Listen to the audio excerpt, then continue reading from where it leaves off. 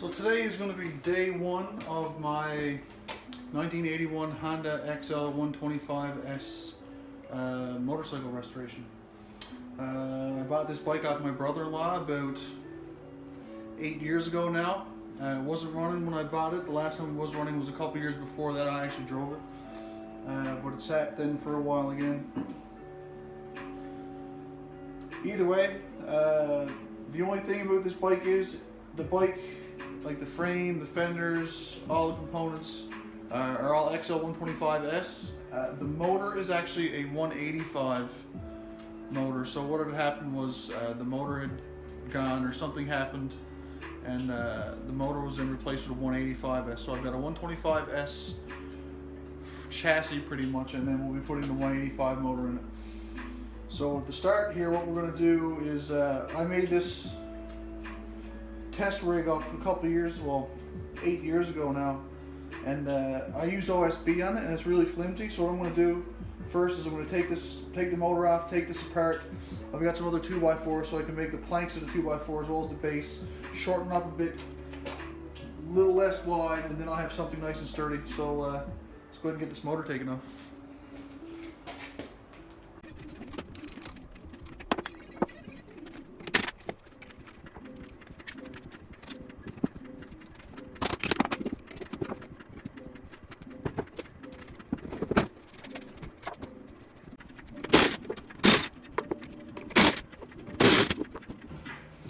Front, here's our back. So now I'm going to take these two very, very thin pieces of OSB off, and I got a piece of pressure treated 2x4 that I'm going to start cutting up. So I'm going to bring it in a bit, a little more narrow, sturdier, because we'll put it together with 2x4. Then we'll get the motor mounted back up and have a look at what we need to do.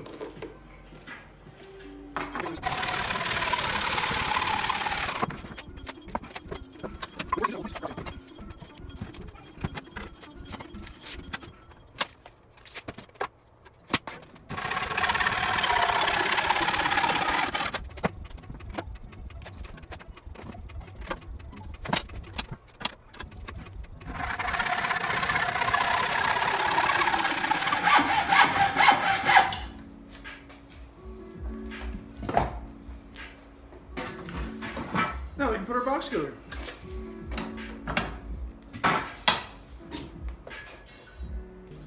Let's get our box laid out. 16, it's going to be 23 because you got 1.5 inches either side, extra on top of 20 for the piece of 2x4. I'm going to put a few screws this. We'll start running boards across this way, then we can mount our motor on top.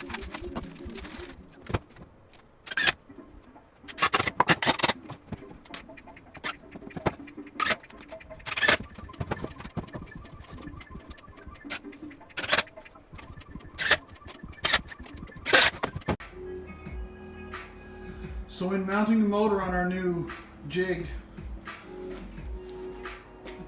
we want to make sure that we've got space for the kicker to clear. So like that far over this way sort of thing.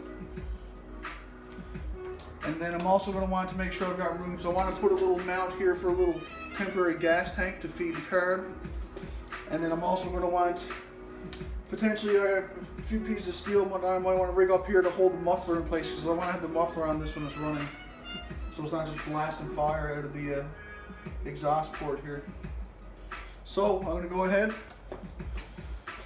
get my little mounts in under, line it up, just touch the little dot through the holes with the marker, and then we'll know where to mount those up.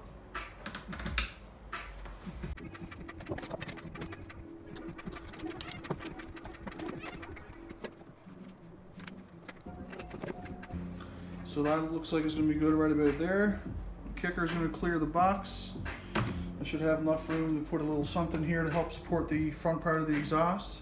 I could even put something on the back to support the back part as well. And lots of space on this side to mount the post that I can hang a small gas tank off of. So I'm going to mark these, attach the mounting points to the board, then I'll drop the motor back on and get it bolted up.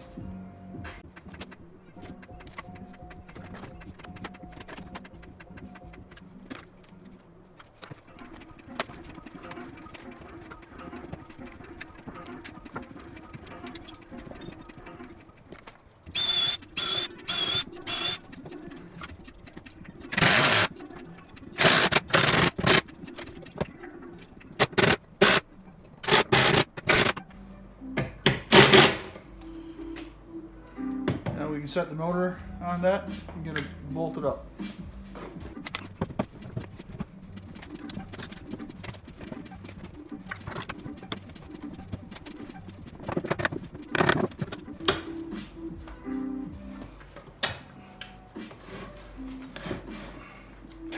There you go, tighten up our bolts. Motor is mounted. We can go ahead and get to the dirty work. So my first concern, I guess first and foremost, what we want to do with this motor before we get it running.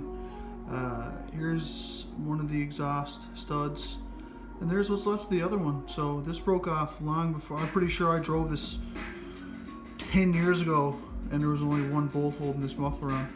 So first thing I'm going to do is I'm going to hit this with a bunch of penetrating fluid. I'm also going to do a little ding with a center punch. See if we can't drill it out a bit. And once we get it drilled out, then we'll go ahead and see if we can get that rest of that stud out of the hole. And I'll have to source another stud and get the stud in there.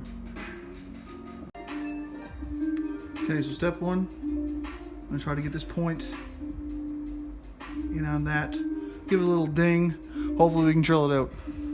Try to hit that with a wire brush first, just give it a quick look. There's probably some crud and stuff in there.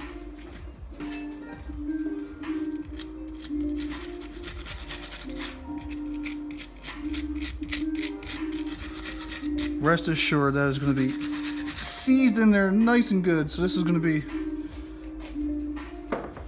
a process which requires patience. So let's give it a little pop here.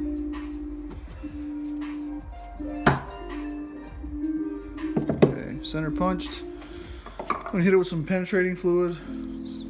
See if I can't get some of that in there, and then we'll start drilling.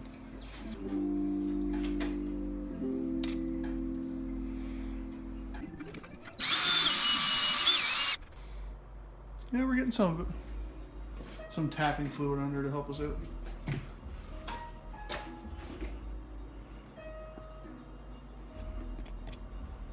The old rapid tap. Tippy tappa. So I'll go ahead and finish drilling this out. I'll bring you guys back. I got something to show you, and we'll work on getting that out of the hole. So this is the situation so far. I've got a 7/64 hole drilled about, I think it goes in about a 1/2 inch. So I think at this point I'm going to start drilling it with a bigger bit, bring it a bit closer to the size of the hole, and then hopefully then I can dig out the remnants of that bolt, that stud.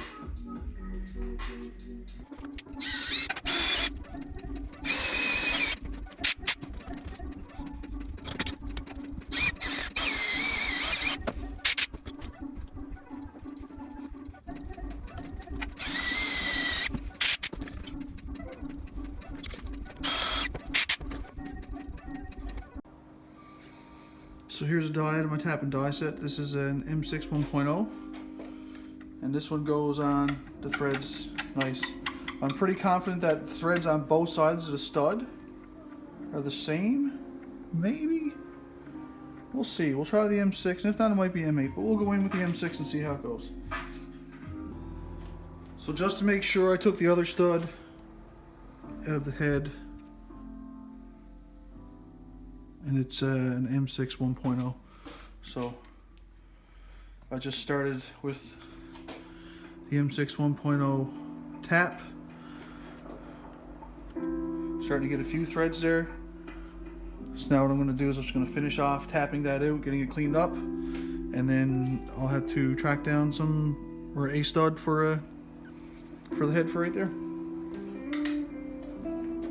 So let's continue tapping.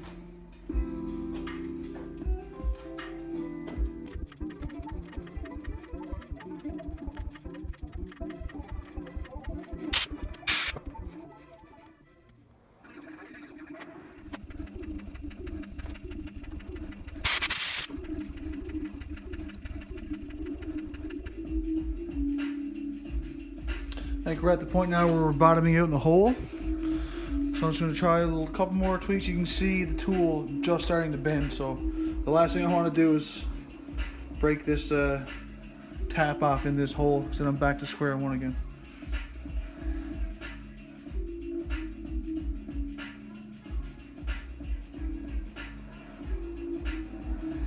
Yeah, I'm pretty sure we're at the bottom of the hole now, so I'm gonna back this out, in and out a couple more times, just to get any other chips and stuff that are remaining in there, and we'll test fit our the existing post and see how it fits.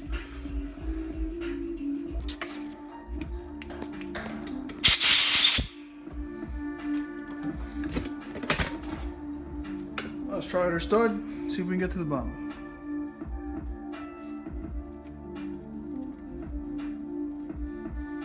Perfect.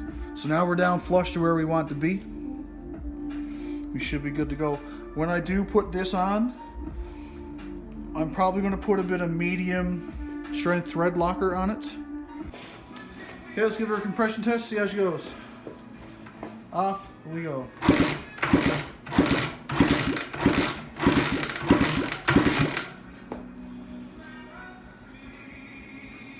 The 135. That should be good.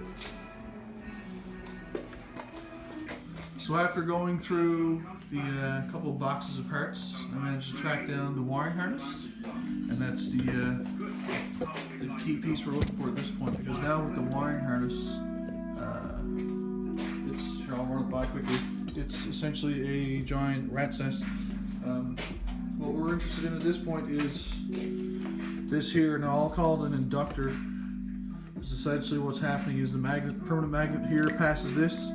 It induces a current through the magnets, or the magnetic fields induce a current, and that sends it out this wire, and that essentially ends up getting to the coil, and so then we get spark. So what I'm going to do is I'm going to hook this up, put it all back together. We're going to hook up our coil, and we're going to see if we can get some electricity. Here we go. So I went ahead and connected the ground. Now I'm just going to go ahead and connect the magnet. Make sure I get it in the right position. And here we go.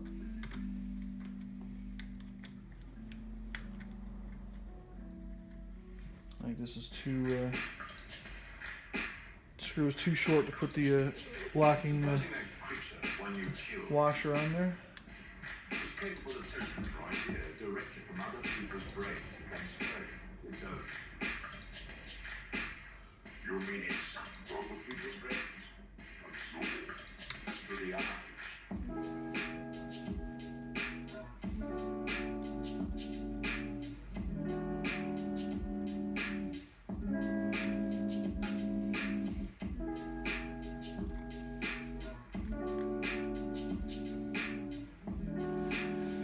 Now that I got it on, I'm going to try to get the locking washer on there as well, because it should be there.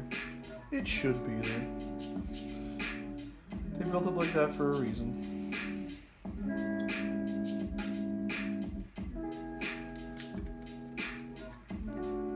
There we go. So yeah, so now when the bike turns over, see if I can get around.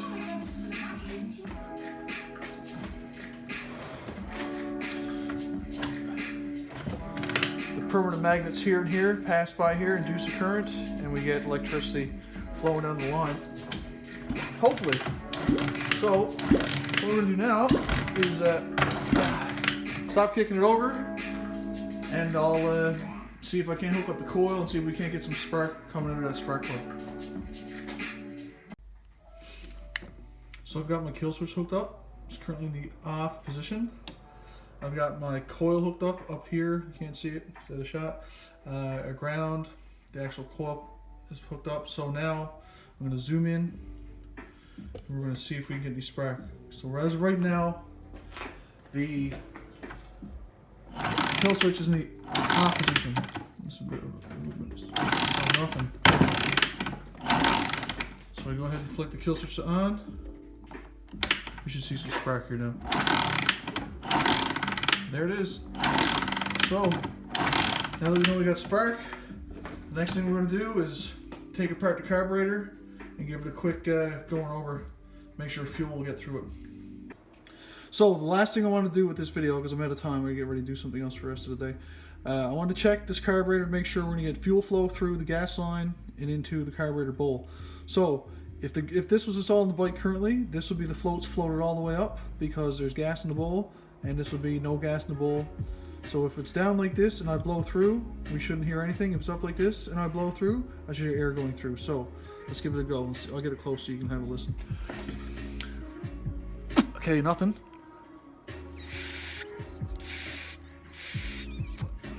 So that sounds like it's all right. Now I took the main jet out, and you can see it's pretty not focusing. It's pretty crusty.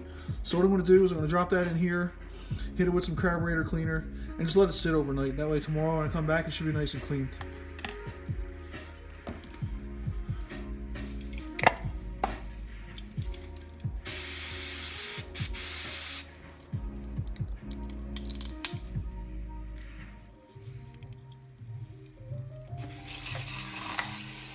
I'll just leave some carburetor cleaner in here so it can soak.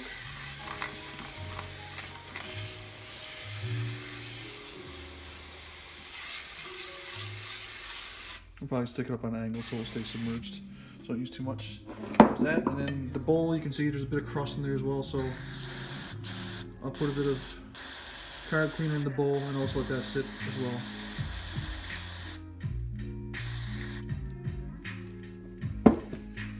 Okay guys, thanks for watching. This is part 1 of the XL125s restoration video series. So this is going to be an entire series of me doing the whole bike. Hope you enjoyed what you've seen so far. Hope you enjoyed my ATC 70 videos previously. And keep an eye on the new video feed for the next one. Thanks for watching.